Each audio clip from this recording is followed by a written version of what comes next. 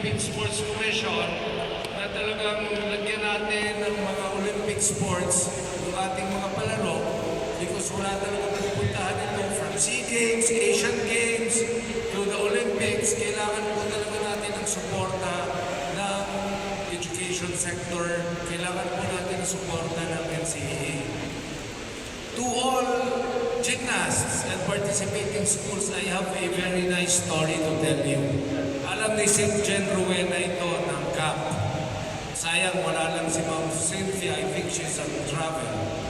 I see we have a commissioner from Philippine Sports Commission, Fritz Gaston. Kasama rin po natin ang Fritz.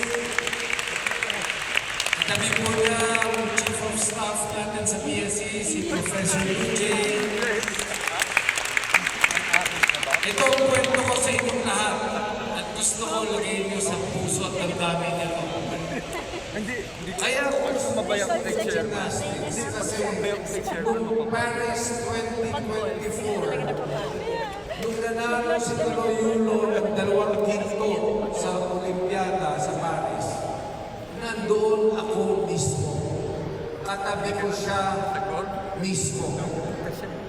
Ako yung patalon-talon, kami ni Ma'am Cynthia, patalon-talon, pati yung katabi ko na hindi ko naman kilala, nayakap ko.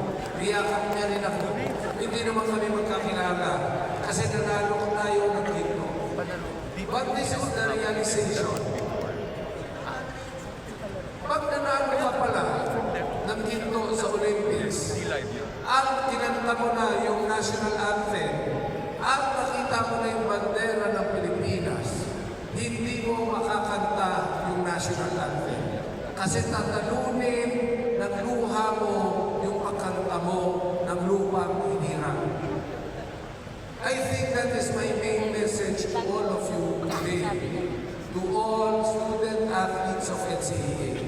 You are not just doing this for yourself. You are not just doing this for your school. You are doing this because you have a dream. And that dream should be the Southeast Asian Games, the Asian Games, and the Olympics. Kasi doon natin mapapatunayan na yung bayan natin ay progresibo pag pupunta na tayo sa Olympics at nananalo na tayo sa Olympics. So when you perform today, don't just perform for your school. Perform for yourself, perform for your school, and perform for your country. Yun yung binibigay na tulong ng PSC sa NCAA. Yun ang binibigay ng mga eskwelahan ng NCAA sa inyo. Because lahat po ito may gastos. Magkano lang naman ba kaya itulong ng PSC sa NCAA? Ibig sabihin po, malaki ang tulong at gastos ng mga eskwelahan at may-ari ng eskwelahan para maitaguyod ito. But why are they doing this? It is because they want to contribute to the sports development of our country. Yun po ang motivation natin lahat. So once again, congratulations, Chairman Paul, mabuhay ka.